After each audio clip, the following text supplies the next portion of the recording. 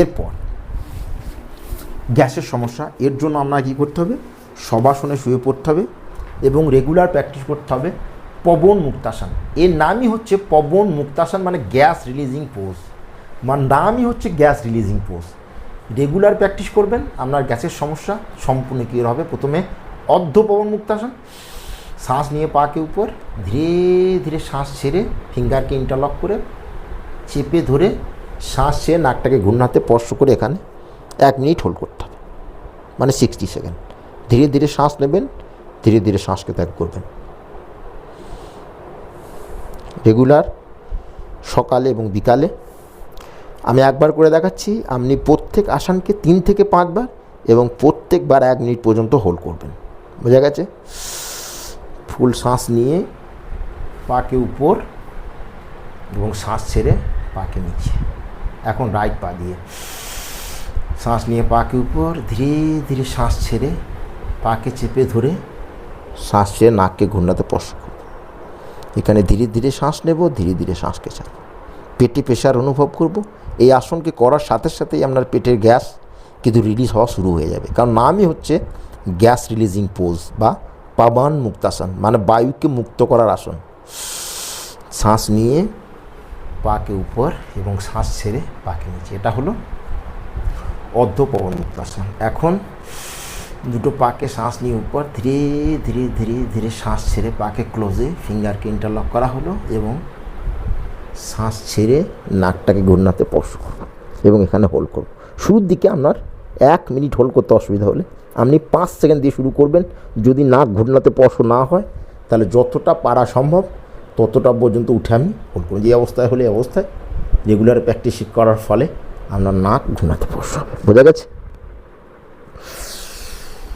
শ্বাস নিয়ে পা উপর এবং শ্বাস ছেড়ে ধীরে ধীরে পাকে নিচে। আমি একবার দেখালাম, আপনি 3 থেকে 5 বার অভ্যাস করবেন। এখন শবাসনে 5 সেকেন্ড আপনাকে হোল্ড করতে হবে। 1 2 3 4 5।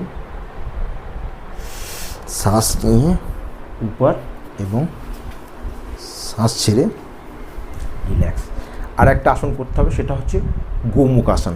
গোমুখ আসন করার জন্য আমি সুখাসনে বসে আছি, লেফট পায়ের উপর রাইট পাটাকে ধীরে ধীরে এইভাবে, শুরুর দিকে আপনার একটা পায়ের উপর একটা পা হয়তো আসবে না, যতটা আসবে, যদি এই অবস্থায় আসে তো এই অবস্থায় যতটা আসবে ততটা এনে আপনি হোল্ড করবেন।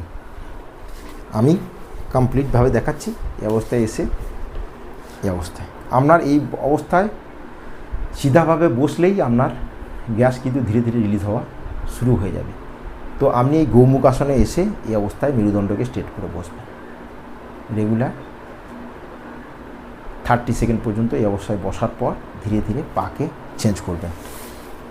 রাইট পা নিচে ছিল, এখন লেফট পা নিচে, লেফট পায়ের উপর রাইট পা।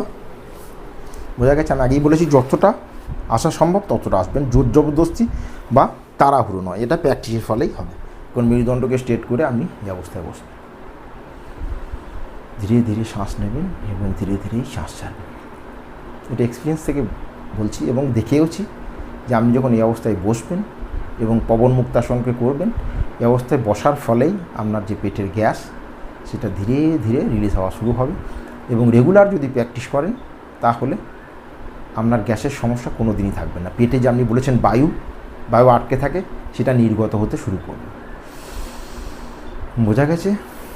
এটা হলো আপনার গ্যাসের সমস্যা এবং উচ্চ রক্তচাপের সমস্যার জন্য।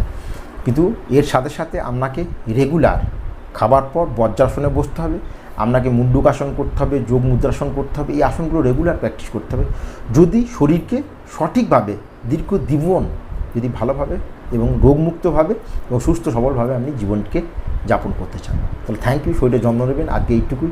Thank you, take care, goodbye এবং স্টে হেলথি। নমস্কার, থ্যাংক ইউ।